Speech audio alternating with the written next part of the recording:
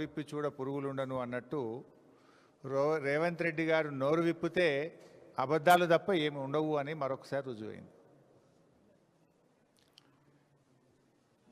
ఇక ఆయన తీరు ఎట్లా కనబడతా అన్నారండి. చేరలేదా? నువ్వు కూర్చో భయ్యా. అరే ఆయన తీరు ఎట్లా ఉందంటే అన్నీ వదిలేసి నడి బజార్లో నిలబడ్డట్టున్నది. నిండ మునిగినోనికి ఇంకా నాకేముందన్నట్టు అబద్ధాలు అసత్యాల ప్రవాహంలో రేవంత్ రెడ్డి గారు మునిగిపోతూ ఉన్నారు. రేవంత్ రెడ్డి గారి మాటలు వింటుంటే అబద్ధం కూడా ఆత్మహత్య చేసుకుంటుంది. గోబల్స్ను మించిపోయినాడు రేవంత్ రెడ్డి గారు. సరే, కొన్ని వ్యాఖ్యలు గమనిస్తే ఒక్కొక్కటి మాట్లాడదాం. ఎల్లంపల్లి ప్రాజెక్టును మేమే కట్టినాము అంటాడు. ఇక నీకు అట్టుడు ఎట్లున్నదంటే నువ్వేమో రిబ్బన్ జేబులో కత్తెర జేబులో పెట్టుకొని తిరుగుతున్నావు, ఏడ కనబట్టాడు రిబ్బన్లు కత్తిరిస్తున్నావు. నిన్న ఇనాగ్రేషన్ చేసిన కొన్ని ట్యాంకులు కూడా కేసీఆర్ హయాంలో మంజూరు చేసినాయి. ఇప్పుడు సబితక్క కాన్స్టిట్యున్సీలో కూడా ఒకటి ఇవాళ ఇనాగ్రేషన్ చేసినావు. నువ్వు కట్టింది కేసీఆర్ గారి హయాం, కత్తిరించేది నువ్వు అయిపోయినావు. శ్రీపాద ఎల్లంపల్లి ప్రాజెక్టు మేమే కట్టినాం, శ్రీపాదరావు పేరు పెట్టినామంటే మీలాగా మేము చిన్నగా ఆలోచించలే.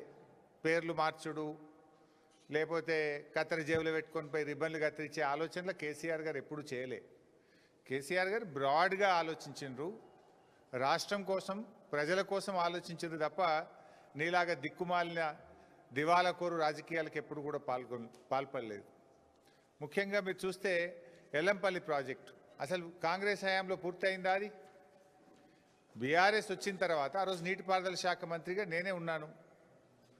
దాంట్లో హై లెవెల్ బ్రిడ్జు పూర్తి కాలేదు, R&R పూర్తి కాలేదు, ల్యాండ్ ఎక్విజిషన్ పూర్తి కాలేదు, గ్రామ ప్రజలను ఖాళీ చేయించలేదు.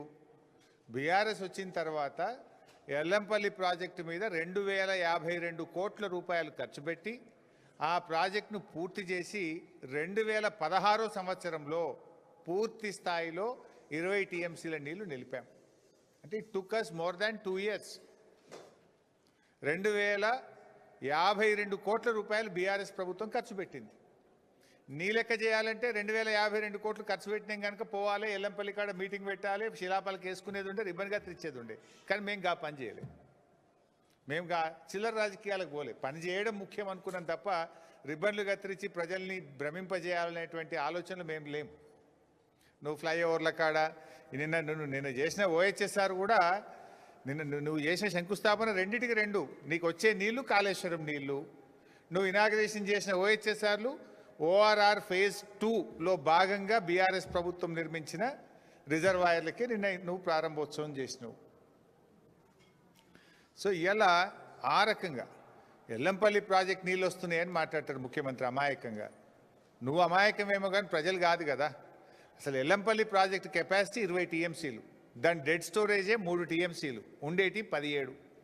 ఆ 17కు దాని సొంత ఆయకట్టు 1,65,000 ఎకరాలు ఉంది. అంటే 12 TMCలు కావాలి దానికి. దాని కింద NTPCకి మనం నీళ్ళు ఇస్తాం. NTPC విద్యుత్ ఉత్పత్తికి ఎల్లంపల్లి ద్వారా 6.5 TMCల నీళ్ళు ఇస్తాం. మంచిర్యాల నియోజకవర్గం గూడెం లిఫ్ట్కు 3 TMCలు వాడుకుంటాం. లోకల్ రామగుండం లిఫ్ట్కు 1 TMC నీళ్లు వాడుకుంటాం. అట్లే ఆ ఎరువుల కర్మాగారానికి కూడా 2 TMCలు ఇస్తాం. అసలు నీళ్ళు ఎక్కడనే ఎల్లంపల్లి సామర్థ్యమే 20, అక్కడ దాని వినియోగమే 20కి పైగా ఎక్కువ ఉన్నది. నేను ఎల్లంపల్లి నీళ్ళు తెస్తున్నా హైదరాబాద్కు, 20 TMCలు తెస్తాడట హైదరాబాద్కి. ఎక్కడికి వస్తాయి 20? ఎల్లంపల్లి కెపాసిటీ 20, డెడ్ స్టోరేజ్ 3 పోతే ఉండేది 17. ఆ 17లో NTPCకి 6.5, గూడెం లిఫ్ట్కు 3 పోతాయి. అదేవిధంగా లోకల్ లిఫ్ట్కు 1 TMC పోతుంది. రామగుండం ఎరువుల కర్మాగారంకు 2 TMCలు పోతాయి. దానికే ఎక్కువ ఉన్నది. అది కూడా that will be supplemented again.